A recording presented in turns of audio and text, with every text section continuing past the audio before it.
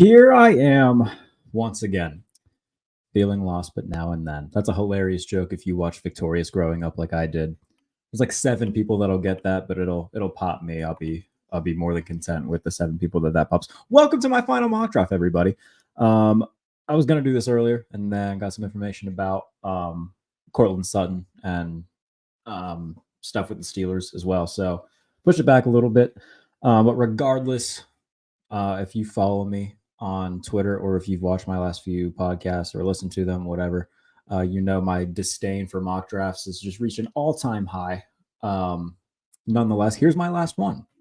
So we'll get into it. And see if I can get this here so I don't got to keep looking down. If you hear a loud crash, that was my phone just eating shit. All right.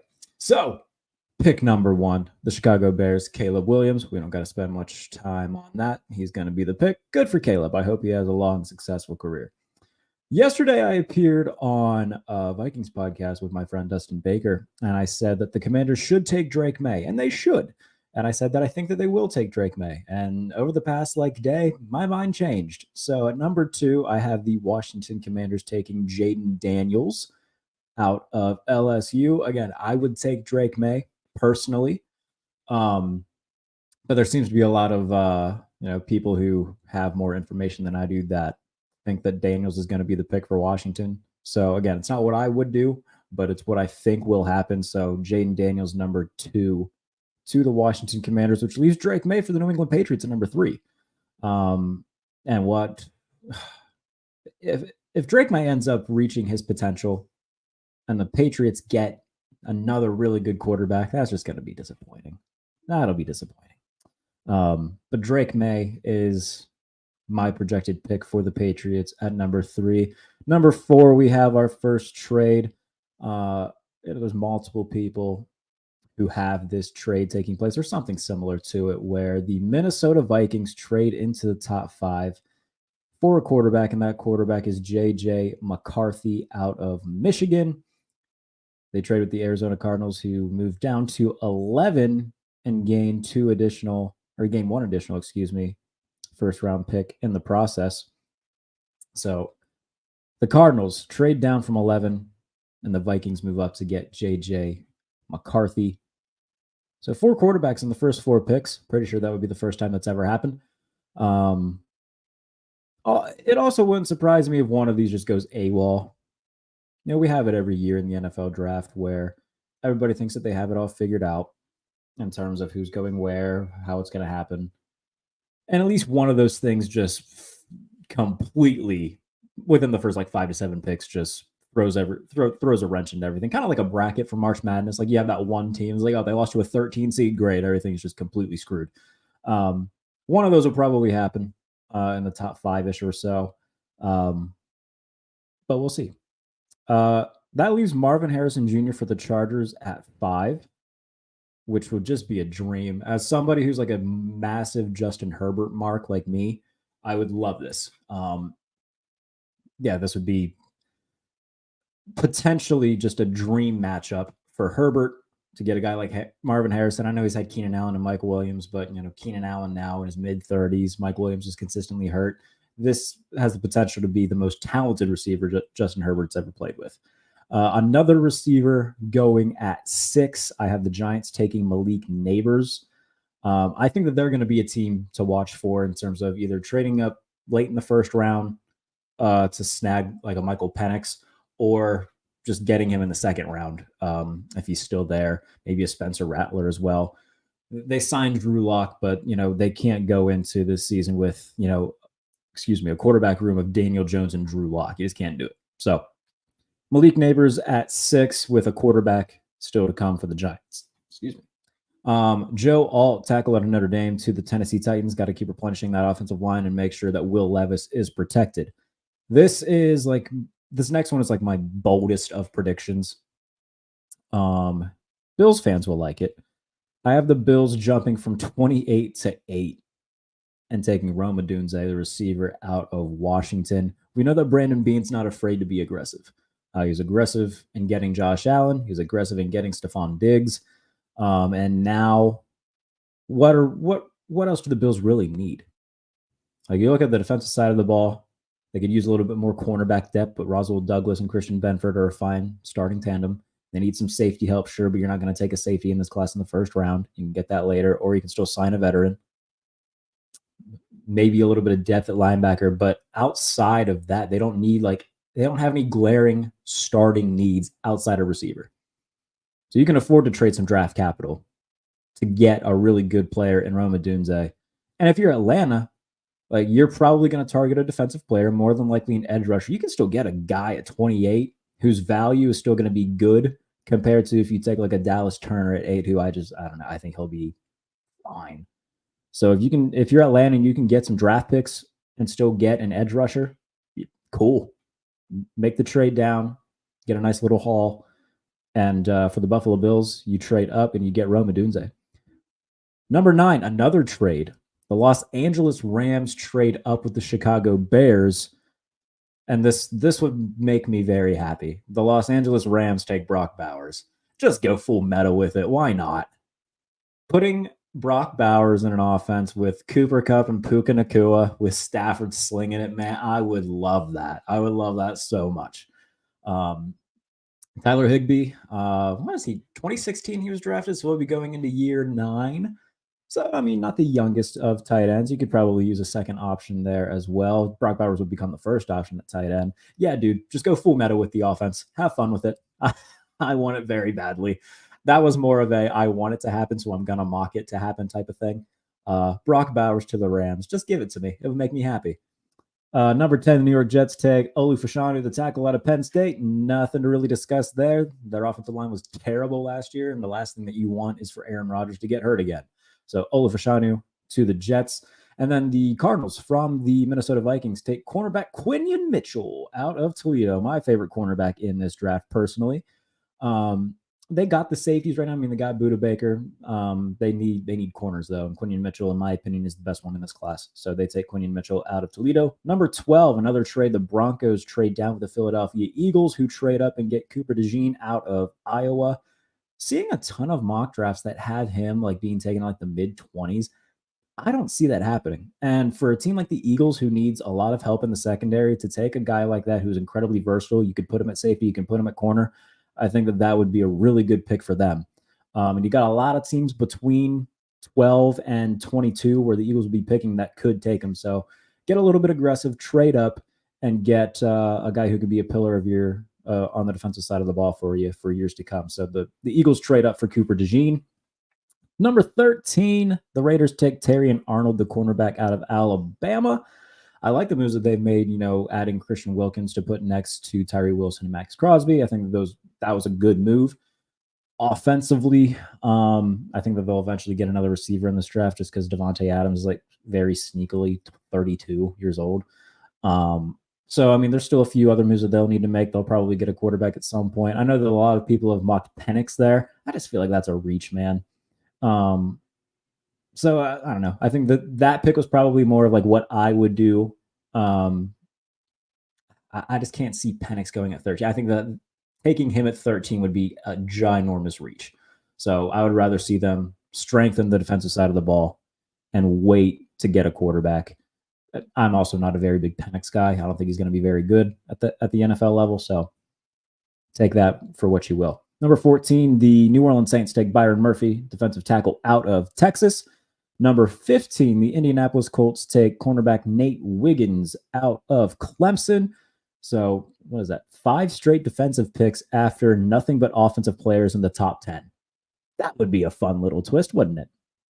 And then the 6th consecutive defensive player, Dallas Turner to the Seattle Seahawks. I know a lot of people say he's going to be the first defensive player taken, but I think trades are going to throw a wrench into that, especially if the Bills trade up to 8.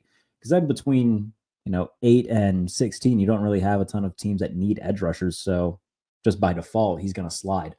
And then Dallas Turner will go to the Seattle Seahawks at 16. Another trade. The Jacksonville Jaguars and San Francisco 49ers have a pick swap as part of a trade for wide receiver Brandon Ayuk. A lot of murmurs about the Steelers potentially being the team to do it. But as I talked about earlier today, they reached out to Denver about Cortland Sutton. And that's a move where they could keep their first round pick, not have to worry about pick swaps or anything like that. They wouldn't have to give up nearly as much to get him. That's a move that I think makes a little bit more sense to me, and the move that I think gets done. And if you're Jacksonville, you're a little bit desperate right now. You lost Calvin Ridley to a division rival. You need a definitive number one for Trevor Lawrence to be able to distribute the ball to. If you get Brandon Ayuk, Trevor Lawrence is going to have a hell of a year. So Jacksonville acquires Brandon Ayuk, and the 49ers move up 14 spots and take Brian Thomas Jr. out of LSU, a receiver, to replace the hole that Ayuk leaves. Number 18, the Cincinnati Bengals take J.C. Latham, the tackle out of Alabama.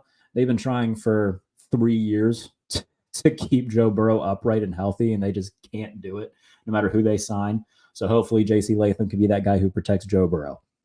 At number 19, this is the Chicago Bears, who traded with the Los Angeles Rams. The Los Angeles Rams took Brock Bowers at 9. So the Chicago Bears strengthen their defensive line and take Johnny Newton out of Illinois. I think that would be a really fun pick, putting him next to Montez Sweat to strengthen the Bears defense. I think that could be a really good unit this year as that young core continues to grow. You know, they took safety out of Penn State a few years ago, whose name is escaping me right now. I'm a Penn State guy too. Why can't I think of it? Oh, Jaquan Brisker. There we go. They came to me. So they got a lot of talent, young talent on that side of the ball that's growing. They took the Tyreek Stevenson, the cornerback out of Miami as well. So a lot of young pieces on that side of the ball, and they can continue adding to those pieces with Johnny Newton out of Illinois at 19. Number 20, the Steelers stay put and take Graham Barton out of Duke. There's your center if you're the Steelers. He played tackle at Duke, but he's played center. He's played all over the place. So a versatile guy who they will move to center, and hopefully that's your franchise center. You know, the Steelers haven't had much luck in terms of they've had one extreme or the other at center. It's been either Marquise Pouncey, future Hall of Famer, or Mason Cole and Kendrick Green, guys who are going to be, selling insurance.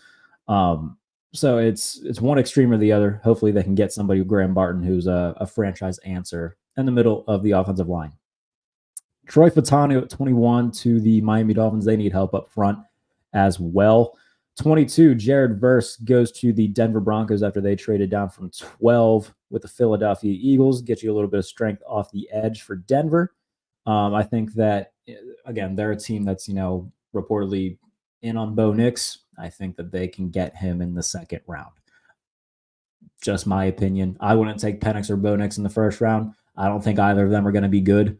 But if anybody can get something out of Bo Nix, it would be Sean Payton. But again, if you can wait to the second round to do it, wait to the second round to do it. 23, the Arizona Cardinals from the Minnesota Vikings as a result of the trade into the top 5. They say Talise Fuaga, tackle out of Oregon State, just build up that offensive line and make sure Kyler Murray is healthy. So you get an offensive lineman to put, he might move inside to guard.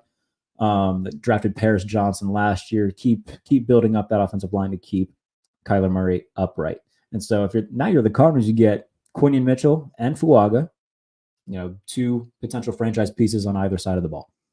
The Dallas Cowboys take Amarius Mims, the tackle out of Georgia. Some health question marks with Mims, but the Cowboys lost a few pieces on the offensive side of the ball, and they need guys to replace what's been left behind. So Amarius Mims slides a little bit and gets to the Dallas Cowboys at 24. Green Bay Packers take edge rusher Latu Latu out of UCLA. The board kind of falls weird for Green Bay, where they could use a little bit of defensive back help, maybe at safety, but they've also made moves at that position in the offseason, so they don't necessarily need if they want to take Tyler Nubin, they can wait.